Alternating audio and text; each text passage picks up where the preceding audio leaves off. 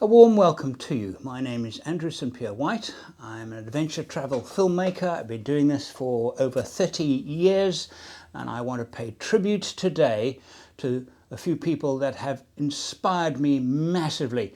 Well, three particular people. Those of you who have clicked the video will know who I'm talking about. Of course, I'm talking about Clarkson, May and Hammond, and those listed in no particular order. I am a massive fan of the three. I managed this year when I was traveling in Zimbabwe, because we used a guide, a guy called Graham Sharp, the same guide the Grand Tour production team used to set up their final shoot in Zimbabwe. He was our guide, and I cornered him one day, put him underneath a tree next to Lake Kariba, and I asked him about what it was like working with the Grand Three.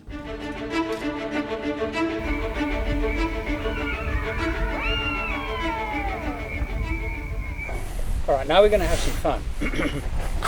I do have a link with the three. It is tenuous, I admit. I did do a bit alongside the road, admittedly only half a kilometre, but it was bliss by comparison. It was like driving on a freshly resurfaced Silverstone. I know Namibia extremely well, and they were travelling through a section of road which is right on the sea. So you literally have Atlantic Ocean track, huge dunes, enormous dunes, very adventurous trip. And they were holding in their hands my map. A map that I published in Namibia. If it is smooth off-road, That's as close as we've ever come. And when I say my map, I drew the map with one other person when I owned a mapping company, when I lived in South Africa, called Infomap. That mapping company still exists. And there they were, using my map, and I can tell very, very clearly that it was my map. Yes, I think you will agree. Tenuous at best. ruined your spine. I have paid tribute to them in a couple of my shows.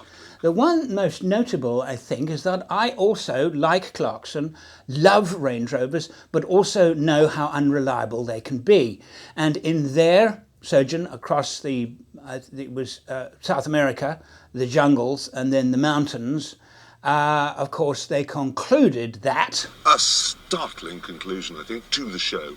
It turns out that the most unreliable car in the world is the most reliable car in the world. Yeah, that's fair enough. Ladies and gentlemen, I give you the Range Rover. Well, I took a 45-year-old Range Rover, bought it, did a bit of work on it, and drove it unsupported right across Australia. So naturally, there was a connection there.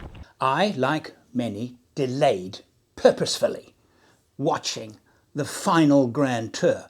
Of course, they shot that in Zimbabwe because it was the last one. We knew it was the last one. I didn't want it to be the last one. And of course, well, actually, to be honest with you, I didn't get a lump in my throat at the end of it with sadness. I just thought, what an amazing achievement the three gave us all. Car nuts. It was fantastically funny, fantastically entertaining, and brilliant. I've been inspired by them, they're humoured by them, entertained by them, but I also understand film production, how it's important to get a story, and with their high production values, it's very important to get a story. I also felt a connection with them on the final scene. Well, actually the first and final scene.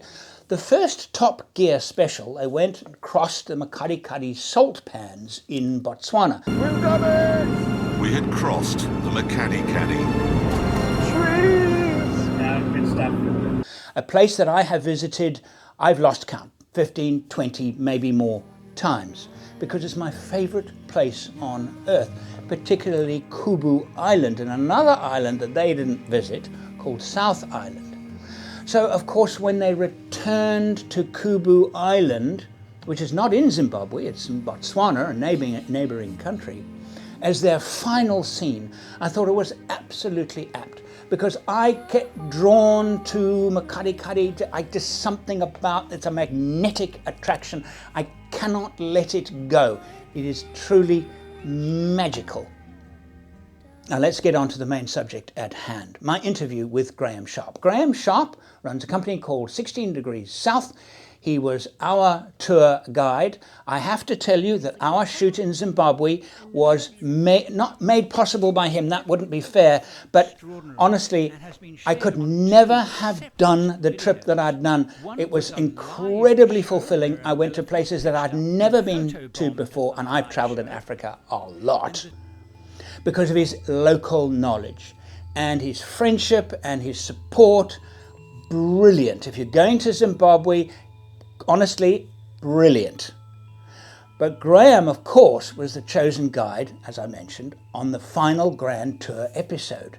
And I couldn't wait to ask him some questions that had been hanging around in my mind for some time. You were part of the final Grand Tour episode. How were you involved to start with? I think just a correction. The most amount of work there was the reconnaissance and the route planning and the initial project feasibility. So, I was tasked by powers that be within various circles of Zimbabwe to make it happen.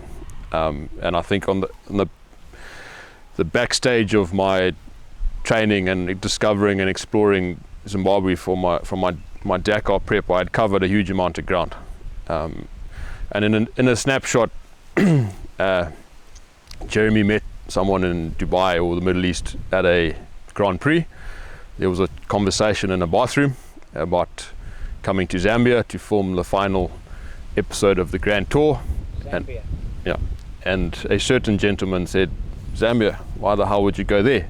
You're scratching around in the wrong place. You should be coming south to Zimbabwe. It's the best place in the world." Fast forward 4 weeks and Jeremy found himself in Zimbabwe, flying around in a helicopter. Again, gives you a very summarized and simplistic view of the lay of the land. But needless to say, thanks to those relationships and the time he spent in that 2-3 week trip, he fell in love with Zim, and I think he went back to his production team and said, "It's not happening in Zambia, it's in Zimbabwe, get busy." So suddenly there was a mad rush. So I got roped into essentially putting the initial route together. So I sat down on a large Zimbabwean map on a coffee table, and it was literally marker pens in different color. That's an option. We were working with 17 days at that point. And it was really just, what have you got that you would like to show or of? And the script was to finish in Botswana, where the 2006-07 episode had happened. There was already an idea in their minds of how they wanted to finish, but the Zimbabwe section was at that stage completely open. So over the space of about 10 to 12 weeks, I did 3 recce's.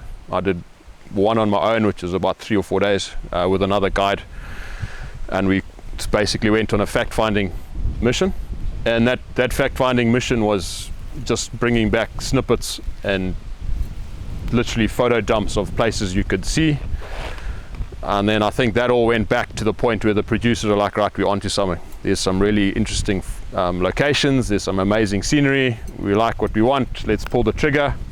So we had the first recce. So I think 6 guys arrived, and they had been filming in Mauritania. So the Mauritanian crew just got bussed into Zim, had the 2 vehicles all kitted up, and these guys arrived expecting to go into Mauritania. So they were literally, boxes and boxes of gear, like literally a camel trophy preparation. They thought they were going into the middle of nowhere. We said, look, we've got this covered. And then we had started in the Eastern Highlands, and that was obviously the first couple of minutes, or the first section of the series, where you see this amazing scenery. So the script started to develop from there. The Eastern Highlands, the tea plantations, the visuals of these winding, twisting roads with the cars, and that opening scene with the tree in the tea plantation, up to Skydeck, and then this incredibly challenging route between the Pungwi and Mount Nyangani, which is our highest point. And at that point, it was about a 6-hour drive in a Land Cruiser in low range. But it was one of the most epic shots. So huge amount of possibility, but the cars weren't going to suit those roads and those conditions. And as it evolved, I think the route we had put together over the first and second recce's, and I mean we went from the Eastern Highlands of Zimbabwe to the Pans over 14 days twice. You know, we did almost 8,000 k's of reconnaissance with the whole team from the production side. And you will know from a production, it's just there's ideas in and out, and we're doing this and then it changes, 180 degrees. No, we're doing this, and very difficult to try and keep up with the creative ideas of these guys. I mean, they're the best in the world, they know what they're doing, but as the guide and trying to, you get requests in the morning, like, we want to find a place like this, driving onto top of big domed Inselbergs, that no one's ever driven up, trying to cross rivers and causeways that no one's ever crossed. So we had this extremely rich tapestry of places and experiences that they could have, and I think there were questions about changing the cars at that stage to old 4x4s. Shout to the Land Rover, and East Africa, Southern Africa Land Rover opened up a lot of the interior, in terms of early explorers and overlanders. And as I said, at one point we just sat back and said, we had to take your request and instructions, we'll get on with it. But it was hugely tough work. I mean, you're doing long hours. The Google challenge came up, well, we can go from there to there. So you have to respectfully say to them, it's not going to happen. So there was a couple of conversations with the production team, and they said, you're going to have to talk to Jeremy and tell him. I said, no problem, I'll tell him, you can't do that. So yeah, it was good that they did start to understand the challenges of Zimbabwe. Did they trust you? They did. I think the first recce was big ice, because they had the Google Maps version of what they were doing, and they were going to get to Botswana in 9 days or 10 days. And I said, it's not going to happen. And that whole time, quality and cost, if you want to do that, add more time or spend more money or reduce the shoot. Like, you guys decide, but I can't bend geography and I can't fix that amount of roads to make time, So yeah, there was a lot of robust conversation about what can and can't happen. Standing our ground as far as interactions with wildlife. TV is good when you've got all these sort of experiences with wildlife, but as a custodian of the wilderness spaces in Zimbabwe, as a guide, those sort of things, I had to put my foot down. You don't manipulate baboons and elephants and monkeys and use manipulated ways of getting them to do things on the camera. And they listened to you? They did. I'd say there was a united force. I think for me, who hadn't had a huge amount of experience with big production companies, I think a lot of guys who had done work with your natural history channels had sort of cautioned me to say, they're very demanding, they want their skin, they know what they want. And I think I had to back myself and say, if you want to do that, then I'm not your man.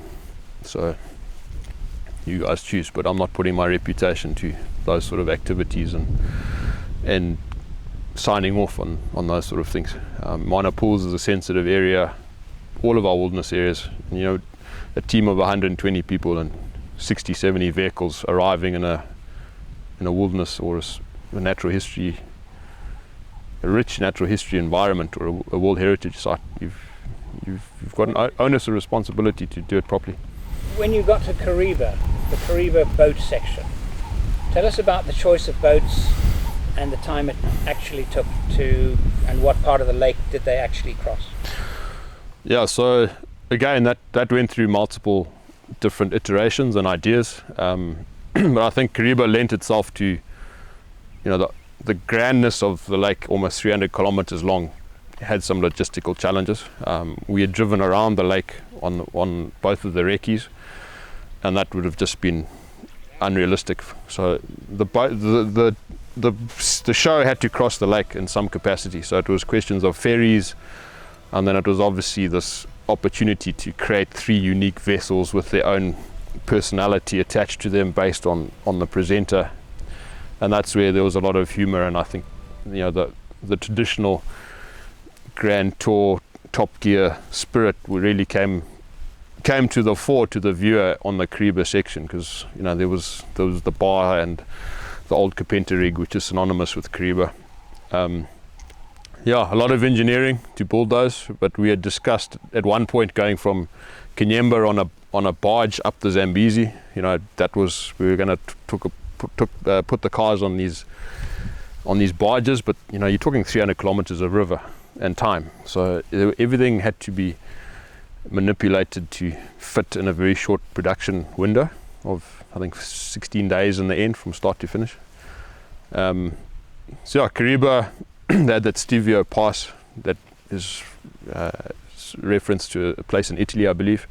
So we did that scene up the escarpment, which you would have gone down on the way to Mana, and then just trying to fit these areas together logistically, and how to get from one to another in a short period of time, and then allowing a 2-3 hour filming window, and then just the logistics behind the scene, you know, to make it all happen. So yeah, Kariba there were a lot of people. Greg, who you met, was involved. There were a lot of guys who came to the fore, and I think it was really good for a lot of people. Worked extremely hard, and I think credit to Mavros Safaris, who were the initial, I guess, guys who took it on and consult and hired myself to put it together. But it's really interesting to have experienced the whole planning and scouting over 12 weeks, and the miles we drove, and what could have gone into the episode, and then seeing what was finally there. You know, a lot of the 4x4 routes were cut. It was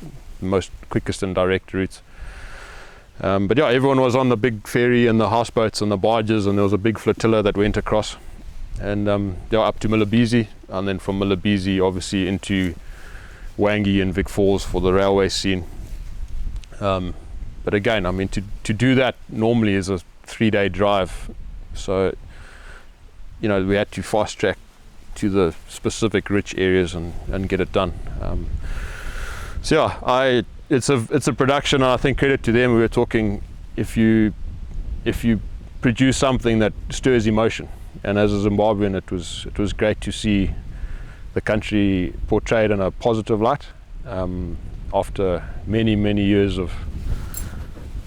So, you know, to the world out there who watched it, I just said, you know, if I played a small role in putting that together, but my country wins at the end, and that's good. And look, we hope we get some people who come along who are inspired by what they saw, and it kind of speaks into what we're talking about, this undiscovered place that you can experience. And there's more to Zimbabwe than Mana Pools and Wangi and Vic Falls.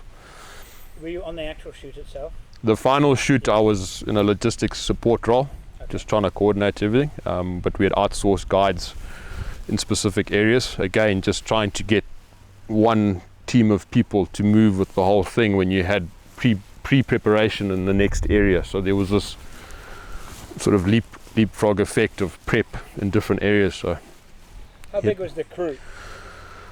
Sure, arriving in Harare is about 120. Just to the conference center was turned into a gear and camera prep space with, you know, all the high-tech gear that needed 3-4 days of prep beforehand. Then the cars, the workshop team, the mechanics, the technical guys, then all your sound, your camera cars, 3 or 4 camera cars, then the catering guys, the logistics guys, the flatbed trailers to tow the cars. It was a mad scramble of, and you know what it's like, it's chaotic. It's never, because suddenly, and the essence of that series, it's authentic. There's no script to it. The guys, they know where they're going, but what comes out of their mouths is as they see it. So it's very, very authentic. You know, there's no take 1, take 2. You know, Jeremy might say, "Oh, I want to talk about this." Camera roll, and then they snip it all together.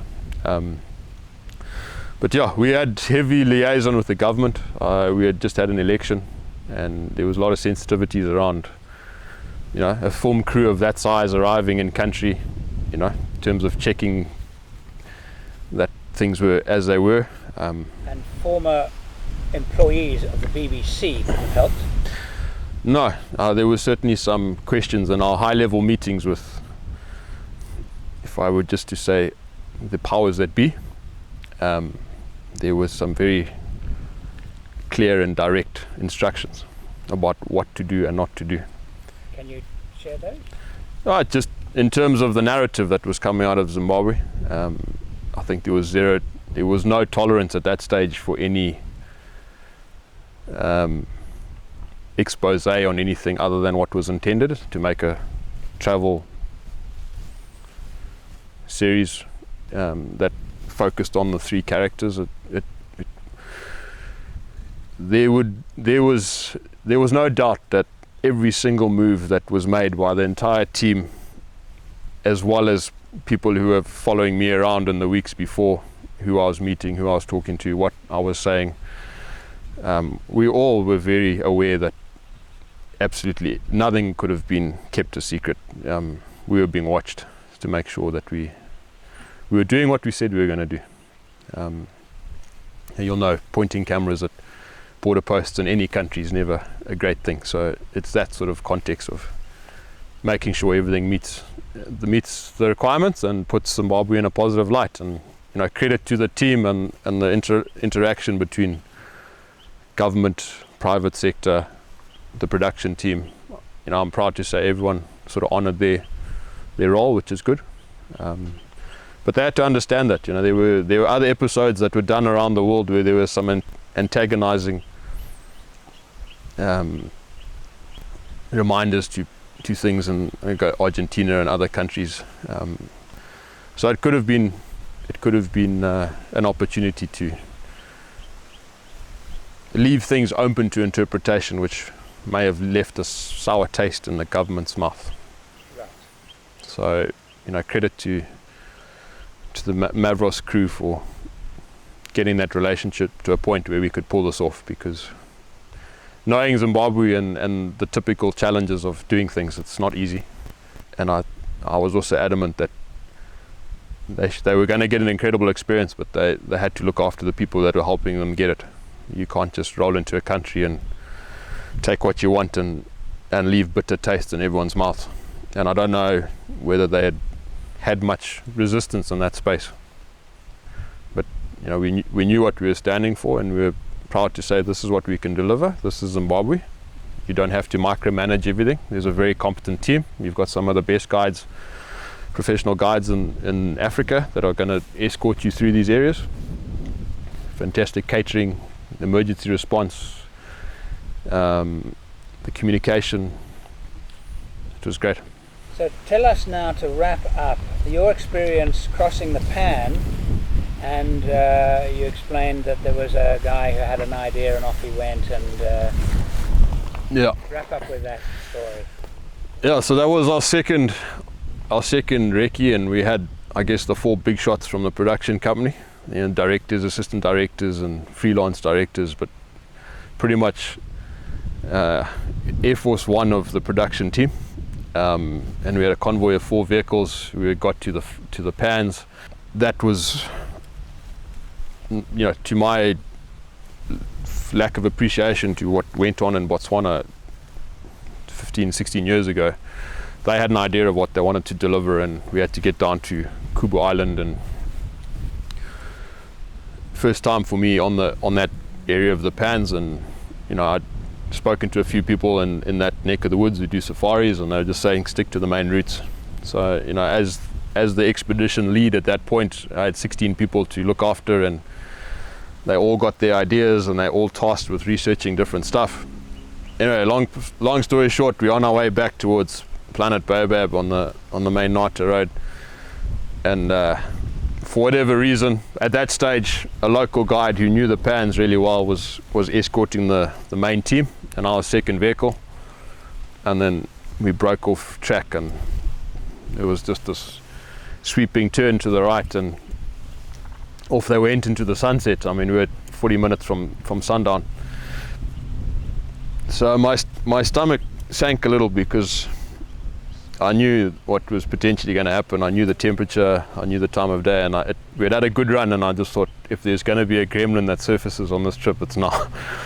And we were on the radios, and I was watching them in front and aware of not following in the same wheel tracks if you needed to, and long story short, I went through a boggy section and they came on the radio and said, it's really soft, we're in trouble now, just floor it and get through here.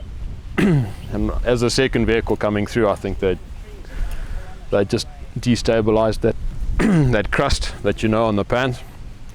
Even with going a foot or two to the right, trying to create new tracks, the second vehicle that I was driving, we went down in a big way. So there was some tense moments, because appreciating as the expedition lead and what was at stake and the nature of the people you had with you and the pressure of getting this all done and flying out of Maun the next day, sort of thing. And we got out, because it's probably the only time I've really relied on max tracks, because a winch wasn't going to work. We could have dug all we needed to, and we also used one of those old fence lines that runs through the pans. So all 16 people were hands on deck. We found every shovel we had amongst the convoy, but we had to get the other vehicles around to the grass side, and we had this one lone vehicle. The sun was going down, and my mind's, things have slowed down, but I'm processing everything. Temperatures going down, sun's going down, it's a moonless night, and we are sitting on the chassis on the Hilux. So there was some, I think I got very direct with everyone and started barking instructions to get out, because I wasn't going to have 16 people freezing on the pans that night, and we were still another 2 hours away from Planet Baobab. There was high lift jacks, there was max tracks, we built a lattice of poles. We cut all those old fence poles, and we had to jack up each corner of the vehicle. And we're too far to snatch with another vehicle. It was and not to sound cliche, but I don't know how we got out, but we were under pressure, and there's an interesting time lapse of all the activity, little men running around the vehicle and very frantic shovel work and very frantic high lift jack work, and logs under the jack, and we managed to get the vehicle out. And got out, and then we had to drive the sort of 2 hours in the dark, navigating across the pans. Now we weren't on a route either, and now trying to get back to a route that's marked, but you don't know what's between you and the route.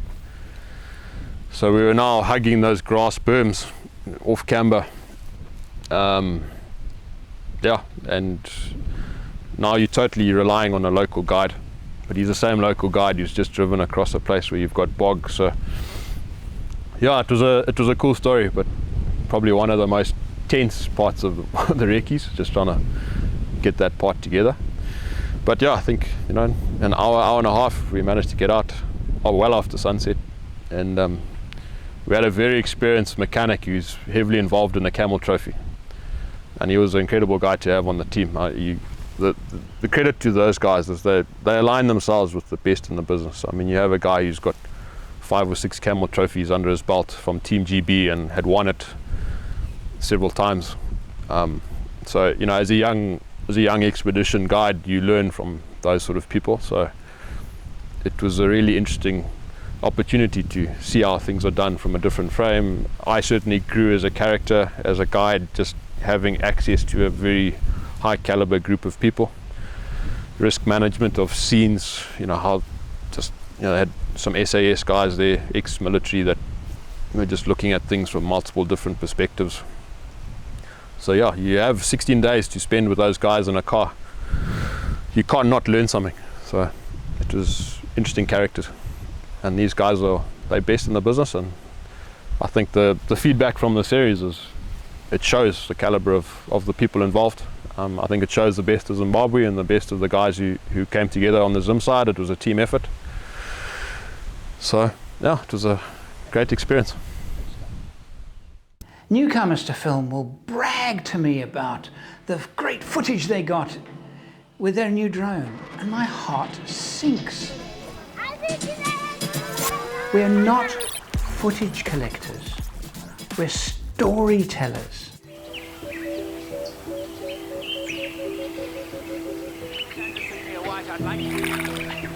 Do you have a story to tell? Then join us on beerfilmmaker.com. There's a limited time offer, 70% discount on all of our 6 courses.